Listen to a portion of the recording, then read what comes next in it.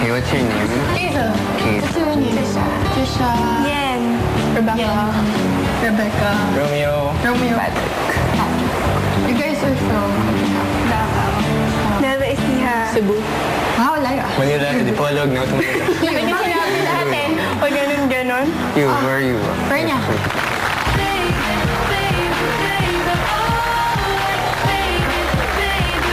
Okay, pumasok na nga sina Patrick, Trisha at Hazel ng apartment at mukhang game na sila sa pakikipag-bonding sa kanilang bagong barkada. At kung sport ang pagiging gwapo, pihadong MVP na ang susunod na housemate. Ano nga ba ang kwento ng teen heartthrob na ito? Narito, panugurin yung lahat. Sa labas siya ay misteryoso at kahit na madalas tahimik, nilalapitan at pinapansin pa rin ng iba. Palibhasa, mapa Amerika o Pilipinas, natatangi ang itsura niya. Siya si Ivan. Half Irish, half Pinoy na lumaki sa Los Angeles, Amerika, kung saan maraming Pinoy din ang nakakasalamuha niya. Kaya di nakakapagtakang sa ugali, Pinoy gentleman siya. At ngayong malapit na magwakas ang pagka-teenager niya, kasabay ng pagyakap sa dugong Pinoy ay ang pagsagot sa maraming katanungan niya sa buhay, sa relihiyon, sa pag-ibig, at sa gusto niyang gawin sa hinaharap. Isa-isa niyang sasagutin lahat. Di man niya kasama ang pamilyang malapit na malapit sa kanya, kakayanin daw niya ang bagong buhay na papasukin niya. Siya ang striking stud ng Rizal, Ivan. OMG, mga kapamilya, ang striking stud ng Rizal, Ivan Dorschner. Hi, Ivan. Oh my gosh, see him in the middle, Ivan. Welcome. Grabe. Nagtitilian lahat ng Na-excite tao. sila kay Ivan. Hi, Ivan. Ivan, ilang taon ka na? How old are you? 19. Do you speak Tagalog? I understand a lot, and I'm learning every day. O sige, kausapin kita Tagalog. Dapat masanay ka mag-Tagalog. 19 na si Ivan. Ivan, nakailang girlfriend ka na? Wala. Wala? Pero I'm sure may mga dinate kang babae nun. Special friends. Meron. Meron. Kasi kaya namin tinatanong, alam niyo ba sa tarang buhay ni Ivan ay never pa siyang nag-I love you sa isang babae. Madaming nag-I love you dito ngayon. Eh dito, ang dami na nag-I love you sa'yo. Lumabas ka pa lang, ay, mahal na kita.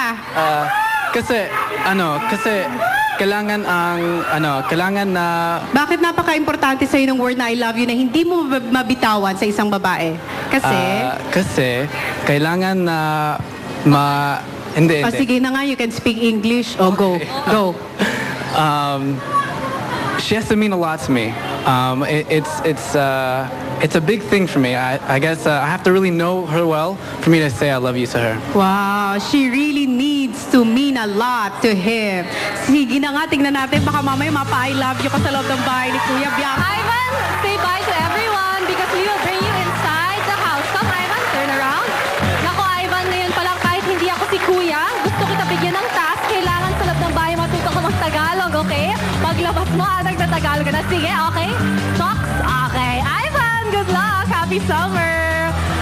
Maraming salamat. Ako nagtatagalog na si Ivan. Sino kaya ang makakasama niya sa loob ng bahay? Kim Pedicure. Ito na nga, Bianca, tulad ng ibang kabataang nakapasok na ng bahay, hindi rin matatawaran ng tamis ng ngiti ng susunod na teen. Ano nga ba ang mga dahilan ng kanyang ngiti? Narito, silipin yung lahat. Trying to get a little bit tips.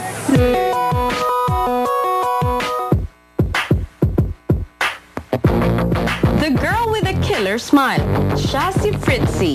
Pero huwag magpadala sa tabis ng kanyang ngiti at balingkinitang pangangatawan dahil kayang-kaya niyang makipagsabayan sa larangan ng sports.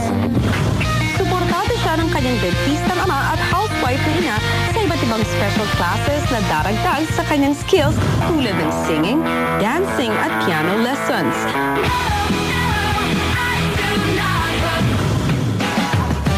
Patuloy ang pagngiti ng tadhana para sa charming angel ng Cebu, Fritzy.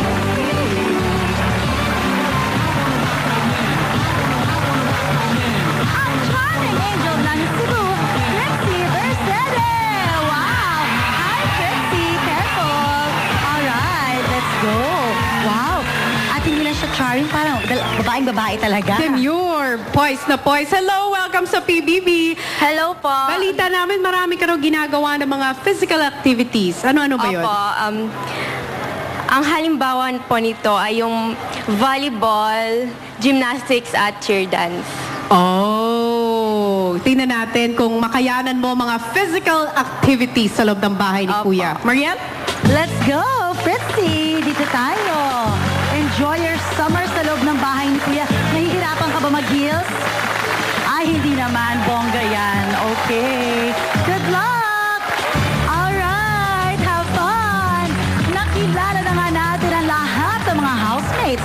Ano naman ang susunod na kaganapan, Tony?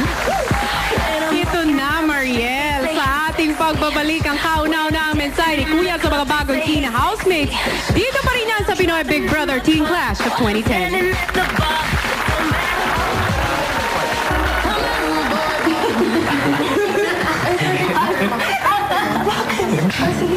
Ako din na pero isa. Sure. Tinatago mo ba? Sila yung pinag. Wala kang taba. Pagpakaslip na eh. Saan? Ano magtatago tayo ng mga dyan? Oh, weird kuya. Wait. Bakit? Yes. Ito. Yeah, Laki ng laki magdamanin. There's ring